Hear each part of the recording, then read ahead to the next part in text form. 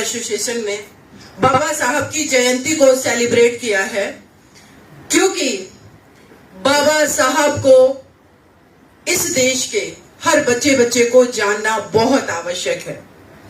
आज मैं आप लोगों के सामने हूं।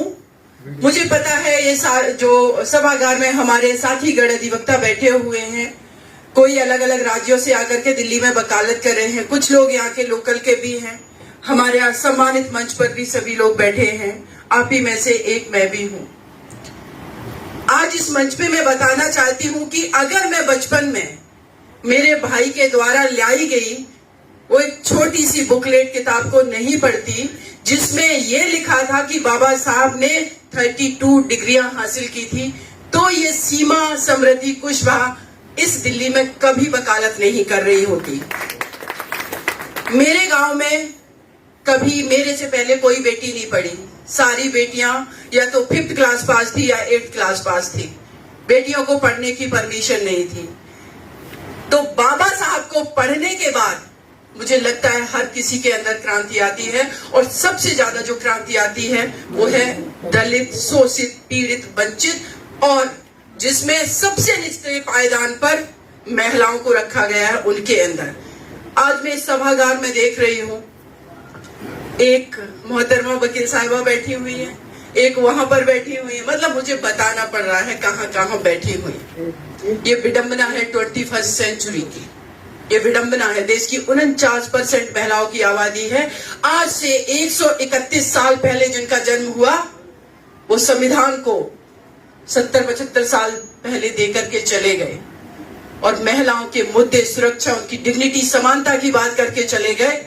लेकिन अफसोस इस बात का है कि अभी भी जिस प्रोफेशन को सबसे प्रोग्रेसिव प्रोफेशन माना जाता है, वकालत, वहां पर महिलाओं की भागीदारी नहीं है।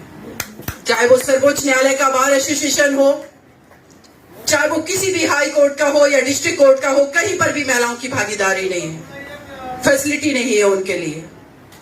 अगर आर्टिकल 15 सब क्लॉज 3 में स्पेशल प्रोविजन की बात संविधान में की गई है, तो स्पेशल फैसिलिटी आपको फीमेल को देनी पड़ेगी, क्योंकि डिस्क्रिमिनेशन भी उनके साथ हुआ है। अगर हम कानून के निर्वचनों की बात करें, अभी रिटायर्ड जस्टिस यहाँ पर जिन्होंने पीएचडी की हुई है SC/ST एक्ट में, उन्होंने डिस्कस किया जो अमेंडमेंट आया है लेटेस्ट। आप सभी को मैं बताना चाहती हूँ कि हाथरस में जो gang rape and murder case हुआ है, उस बिटिया का पिछले 1.5 साल से जो लखनऊ हाई कोर्ट है, उन्होंने स्टोमोटो कॉग्निजेंस लिया था।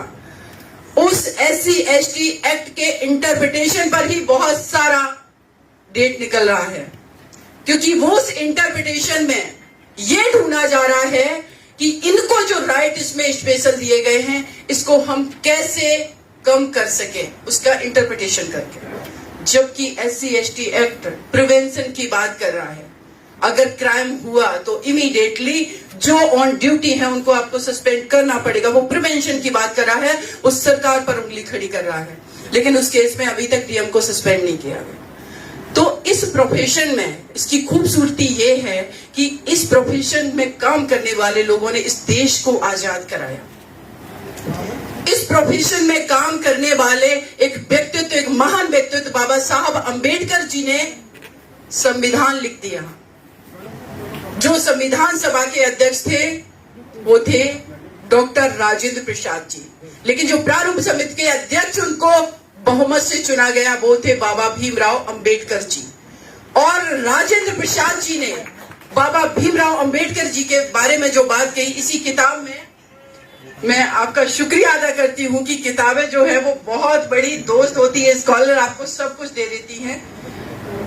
इस किताब में डॉक्टर राजेंद्र प्रसाद जी लिख रहे हैं, अध्यक्ष के आसन पर बैठकर मैं रोजाना की कार्यवाही को बहुत ही निकट से ध्यानपूर्वक देखता रहा, इसलिए संविधान प्रारूप के समिति के सदस्यों को, खासकर इसके अध्यक्ष डॉक्टर अंबेडकर ने अपने खराब स्वास्थ्य होने के बावजूद, बीमार रहने लगे थे बाबा साहब, लेकिन डेडिकेशन ये था अपने समाज, अपने देश को एक सर्वश्रेष्ठ संविधान देने का कि उन्होंने परवाह नहीं की और आकर के संविधान सभा में निरंतर 2 साल 11 माह 18 दिन उन्होंने काम किया।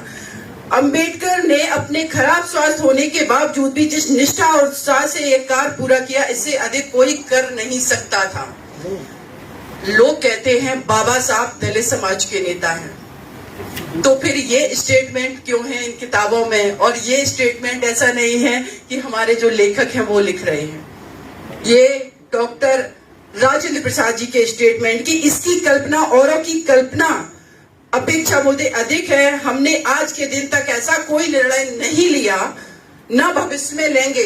ये भी वो बता रहे हैं कि भविष्य में, और शायद इसीलिए अभी तक कोई दूसरा अम्बेडकर पैदा नहीं हुआ इस देश के अंदर, जैसा हमने प्रारूप समिति का अध्यक्ष बना करके निर्णय लिया है। नेहरू जी ने तारीफ की, मुस्लिम नेता ताजुल हुसैन जी ने कहा कि संविधान निर्माण का श्रेष्ठ कानून मंत्री डॉक्टर अंबेडकर को जाता है, उन्हें विश्व के संविधानों और कानूनों का जिस तरीके से ज्ञान है। इस देश में बाकी में जब मैं सोचती हूं कि अगर बाबा साहब ने इस तरीके का संविधान नहीं दिया होता, मैं देखती हूँ उथल पुथल हमारे पड़ोसी देश पाकिस्तान में देखिए, कोई भी सत्ता वहां पर 4-5 लोग सत्ताएं चलाते हैं, इंस्टीट्यूशंस ISI भी चलाती है, वहां का जो मार्शल लॉ है वो भी चलाते हैं, और सत्ता 5 साल नहीं चलती है। लेकिन स्टेबिलिटी देखिए हमारे संविधान की, हम डेमोक्रेटिक तरीके से चुनावों के माध्यम से सत्ता का परिवर्तन करते हैं। वो अलग बात है कि समय दर समय जो डेमोक्रेसी है उस पर भी प्रश्न चिन्ह खड़े होने लगे कि इलेक्शन इस देश के अंदर फ्री एंड फेयर हो रहे हैं या नहीं। तो वो अलग एक टॉपिक है, अलग विषय है, उस पर भी चर्चा होगी, क्योंकि बहुत दिनों तक कोई भी चीज सस्टेन नहीं कर सकती है जिसके अंदर मोरलिटी और नेचुरलिटी नहीं है। तो वो भविष्य में आगे आने वाले में वो बात का विषय है। लेकिन आज इस मंच से कुछ बातें और बहुत ज्यादा आवश्यक है। बाबा साहब जितने बड़े वकील थे, बाबा साहब संविधान निर्माता थे, बाबा साहब बहुत बड़े अर्थशास्त्री थे, लेकिन बाबा साहब सबसे बड़े फेमिनिस्ट भी थे। और मेरा ये अपना मानना है कि आज के समय में जो व्यक्ति फेमिनिस्ट नहीं है, जो इंटेलेक्चुअल है, जो विद्वान है, जो अधिवक्ता है, वो कहीं ना कहीं फेयर नहीं है। क्योंकि एक ही ताली शुरुआत बजी, क्योंकि आपका दर्द हम समझते हैं और हम भी जानते हैं उन चीजों को। आप सोचिए, एक बार कल्पना करिए, हमारे IPC में सेक्शन है 498A, हमारी जो मेल बसाती वकील है उससे आर्गुमेंट हो जाती, कोर्ट के बाहर की बात कर रहे हैं। इस धारा का मिसयूज बहुत ज्यादा हो रहा है, ये कहा जाता है। उसमें कहा गया कि कोई व्यक्ति ससुराल जन का शारीरिक, मानसिक, भावनात्मक अगर शोषण करता है तो वो ये क्राइम करता है 498A में। लेकिन हमारे पूरे सोसाइटी का स्ट्रक्चर देखिए, कानून बहुत प्रोग्रेसिव है, लेकिन रियलिस्टिक ग्राउंड पर आज के समय में दहेज एक बहुत बड़ी बुराई है। एक बेटी की शादी में अगर उसके पिता ने ठीक से खाना नहीं बनाया और जब वो बेटी ससुराल जा रही तो उसको कहा जा रहा कि खाना ठीक नहीं था। हमारे बेटे की, पहले बेटी की शादी में जंजीर, जो सोने की गोल्ड की चेन है, वो थोड़ी ज्यादा मोटी थी। That is the cruelty, mental cruelty. अगर इस तरीके से इनका कानूनों का इंटरप्रिटेशन होने लगे तो मुझे लगता है इस देश का 70% मेल पर्सन जेल में होगा। लेकिन सोसाइटी में जो चीजें हो रही है उसको आप जस्टिफाई करते हैं। कानूनों का सही मायने में इंटरप्रिटेशन ये होना चाहिए, क्योंकि इस देश की ही मैं बात नहीं करी, पूरे वर्ल्ड की बात करी हूं। अभी रशिया और यूक्रेन का युद्ध चल रहा है, आप लोगों ने न्यूज देखी होगी। वहां पर मैं सुन रही हूं कि यूक्रेन की महिलाएं जो है अपने बाल छोटे करा रही हैं, क्योंकि उनके लंबे हेयर देख करके लोग अट्रैक्ट होकर के उनके साथ रेप करते हैं। ये पूरे भारत ही नहीं, पूरे विश्व की विडंबना है। एक जेंडर जिसको हमेशा सेकंड जेंडर कहा जाता है, वो फर्स्ट जेंडर नहीं हो सकी। जिसने फर्स्ट जेंडर को जन्म दिया, जिसने पुरुष को जन्म दिया, वो पुरुष फर्स्ट जेंडर बन गया और महिला सेकंड जेंडर बन गई। सिमोन द बहुआ, फ्रांस की राइटर, उन्होंने किताब लिखी स्त्री उपेक्षिता। अब इन सारी चीजों पे अगर बात की जाए, चूंकि मैंने ये बाबा साहब का फेमिनिस्ट होने वाला जो एक टॉपिक है उसको इसलिए चुना क्योंकि मुझे पता है, और बाबा साहब भी आज होते तो वो ये कहते कि दलित समाज, इस देश का बहुजन आबादी भी अपने प्रोग्रेस कर रही है, लेकिन आज दलित के घर में भी एक स्त्री पीड़ित है। तो इसका मतलब है समाज में सबसे निचले पायदान पर एक स्त्री है। यही आज इस मंच से मैं कह रही हूँ, माननीय सर्वोच्च न्यायालय के chief justice of India Ranjan Gogoi ji पर मोलेस्टेशन का आरोप लगाया एक स्त्री ने। इसका मतलब क्या है कि किसी भी पद पर बैठ जाने से कोई प्रोग्रेसिव नहीं हो जाता। रिटायर होकर के आज वो राज्यसभा के सांसद है, वो भी बात का विषय है। लेकिन मैं इस समाज का सच बताना चाहती हूँ आप लोगों को। मैं मेरे गांव में जब मैंने डिसाइड किया कि 8th क्लास के बाद 9th क्लास की पढ़ाई करने के लिए निकलूंगी, रोक दिया गया। कैसे पढ़ाई करने जाओगी, सुरक्षा का सवाल है, लड़की बहुत बोलती है। मैंने ऐसे वकीलों को भी बोला है ये कहते हुए, मेरी पत्नी बहुत ही सुशील सभ्य है। भाई साहब, आपकी पत्नी सुशील सभ्य है, लेकिन आप एडवोकेट तब हो जब आप आर्ग्यूमेंट करते हो, लॉजिकल हो, सवाल करते हो, गलत के खिलाफ खड़े हो। तो अपनी पत्नी को भी वैसा ही बनाओ, अपनी बेटी को भी वैसा बनाओ, उसको लड़ना फिरना डांटना सिखाओ। अगर वो लड़ाई मैंने वहां नहीं लड़ी होती अपने गांव घर में, मैं निर्भया के लिए कभी आवाज नहीं उठा पाती, मैं हाथरस की बिटिया के लिए आवाज नहीं उठा पाती। तो मेरा ये मानना है, जब मैं फेसबुक पर देखती हूँ, जब मैं न्यूज चैनल पर देखती हूँ, जब मैं ऐसे सभागार में हर जगह देखती हूँ, उस समय एक सवाल मेरे दिमाग में आता है कि इस समय इनकी घर की स्त्री क्या कर रही है। आखिर वो किचन तक क्यों है? क्या वो आपसे कम टैलेंटेड है? नहीं, उसके दायरे लिमिटेड है। लोग कहते हैं स्त्री के शोषण के लिए जिम्मेदार है। मैं कहती हूँ कि एक पुरुष को पूरे जीवन भर के लिए, उसको बचपन से लेकर के उसको जवानी और 40 साल की उम्र तक किचन दे दी जाए, वो कभी बाहर वकालत या किसी प्रोफेशन की बात नहीं करेगा, क्योंकि उसका दायरा सीमित है। एक्सपोजर बहुत जरूरी है। आपके घर की स्त्रियां, हमारे घर की स्त्रियां कितनी न्यूज़पेपर पढ़ती हैं? आप मॉर्निंग में उठेंगे, सर ये बात है बोलना जरूरी है, क्योंकि इस देश की 49% की आबादी के ये राइट का सवाल सिर्फ नहीं है। आप सुनिए सर, आपको बता रही हूँ, आप सुनिए सर, आप सुनिए सर, आप 1 मिनट मेरी बात सुनिए सर, आप 1 मिनट मेरी बात सुनिए सर। ये बोलना इसलिए जरूरी है, मैं आपकी बात सुनूंगी डेफिनेटली। मंच अलग नहीं है। बाबा साहब बहुत बड़े फेमिनिस्ट थे, संविधान लिख करके दे दिया उन्होंने। इकोनॉमिक्स की बात की, अगर इकोनॉमिक्स की बात करें तो इस देश का आप सर्वेक्षण करा लीजिए, कितनी महिलाओं के पास प्रॉपर्टी का अधिकार है। जोड़ दिया ना इकोनॉमिक्स से बाबा साहब ने स्त्रियों को, ये बहुत ज्यादा इंपॉर्टेंट है। आर्टिकल 2005 में स्त्रियों को पिता की संपत्ति में बराबर अधिकार दे दिया गया है। कितना इम्प्लीमेंटेशन हुआ है आप बताइए। अगर आज एक स्त्री के पास, नो सर सुनिए तो, आप सुनिए सर, सुनिए मेरी बात। एक्चुअली दिक्कत पता है क्या है? दिक्कत सबसे बड़ी ये है, एक्सेप्टेंस नहीं है। अरे नहीं ऐसा नहीं है। देखिए सर, एक्सेप्टेंस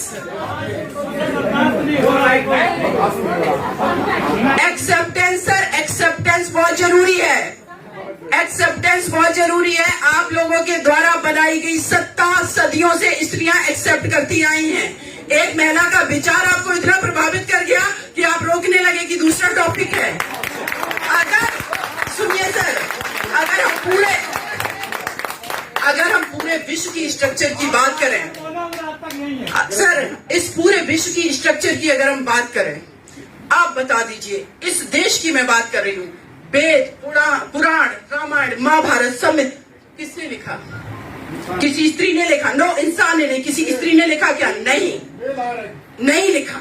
अब सुनिए, आप विश्व का पूरा स्ट्रक्चर, चाहे वो प्रथम विश्व युद्ध हुआ हो, द्वितीय विश्व युद्ध हुआ है, पुरुषों द्वारा क्रिएटेड की गई है। वैश्विक पूरी सत्ता ने मानवता को खतरे में डाला है। एक स्त्री कंपैशन की बात करती है, करुणा की। इसीलिए मैं आज कहती हूँ कि स्त्रियों की ओपिनियन क्या है, उसको पॉलिसी मेकिंग में, उसको सोसाइटी के स्ट्रक्चर में लेना चाहिए और एक्सेप्ट भी करना चाहिए। अदरवाइज यूक्रेन, रशिया, म्यांमार की सत्ता हिली ना सर। बाबा साहब ने संविधान दिया ना इतना स्ट्रॉन्ग, और फीमेल बर्दाश्त कर रही हैं, इसलिए सोशल स्ट्रक्चर डिस्ट्रॉय नहीं हो रहा। इस चीज को समझिए सर। अगर जिस दिन उन्होंने बिल्कुल आपकी तरह ब्लैक कोट पहन करके आपकी घर की बेटी, आपके भाई की बीवी, आपकी बीवी निकल आई, आपको शाम को घर पे खाना नहीं मिलेगा, यह समस्या हो जाएगी। तो इसीलिए तो आप जस्टिफाई करते हैं उन चीजों को।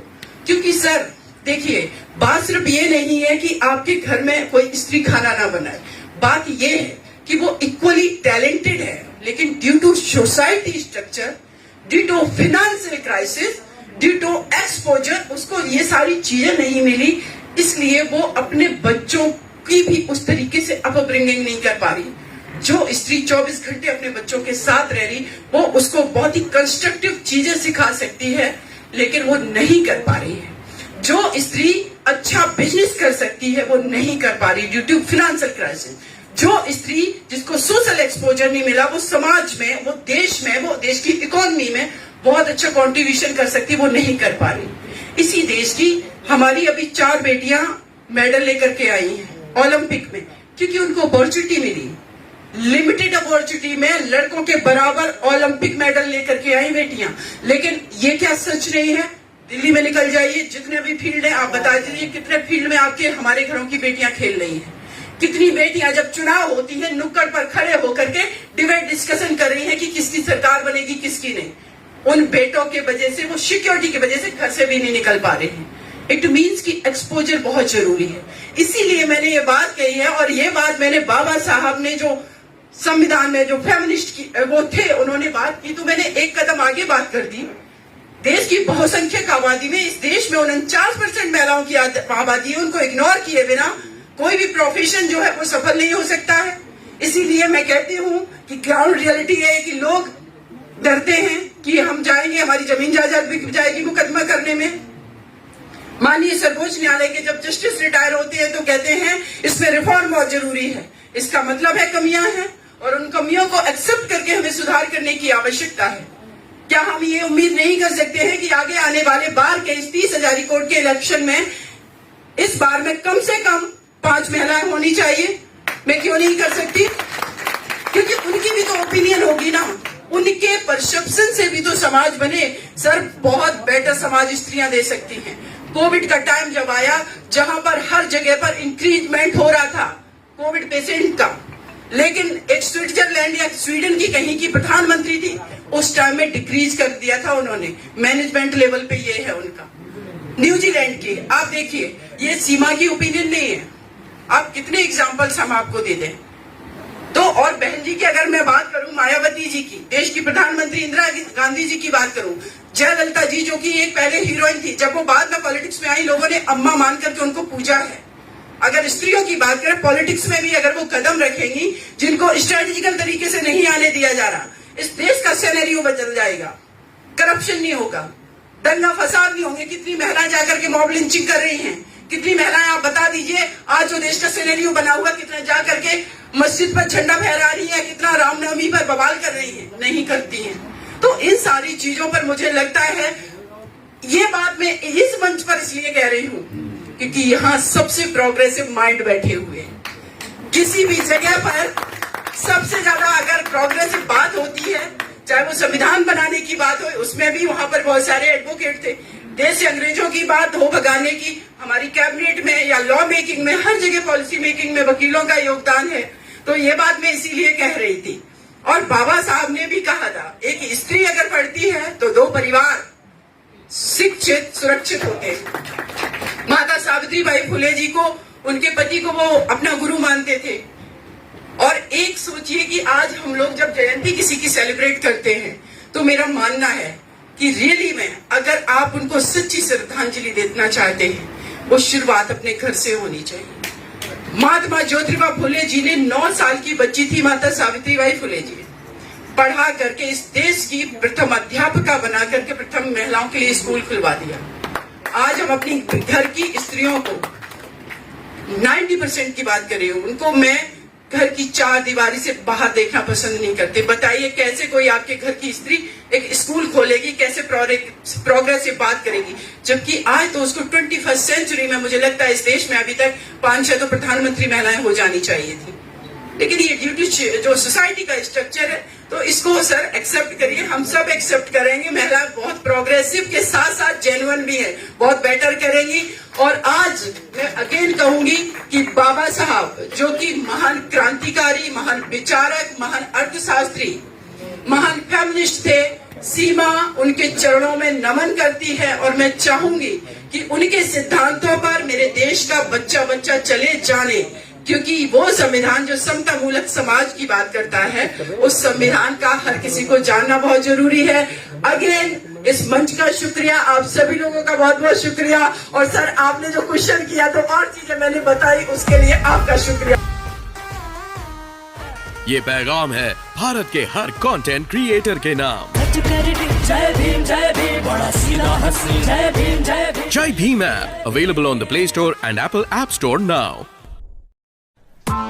Press the bell icon on the YouTube app and never miss another update.